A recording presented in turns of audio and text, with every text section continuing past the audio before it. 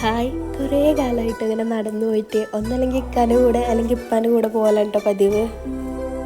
എക്സാമിന് പോവാൻ കേട്ടോ, അത് വേറെ കാര്യം. ഇന്ന് ലാസ്റ്റത്തെ എക്സാമാണ് കേട്ടോ യൂണിവേഴ്സിറ്റിൻ്റെ. ഇനി അടുത്ത ആഴ്ച ബോർഡ് എക്സാമും ഉണ്ട്.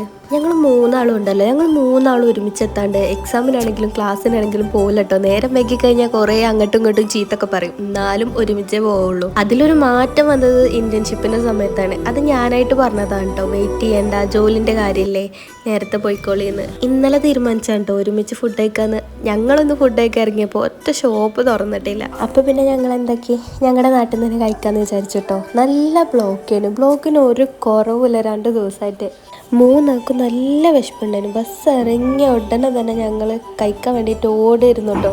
അവിടെ എത്തി ഒന്ന് ഇരുന്നപ്പോഴാണ് കേട്ടോ കുറച്ച് ആശ്വാസമായത്. ഞങ്ങൾ ബിരിയാണിയാണ് കേട്ടോ പറഞ്ഞത്. ഫുഡ് എത്തിയതേ ഓർമ്മയുള്ളൂ.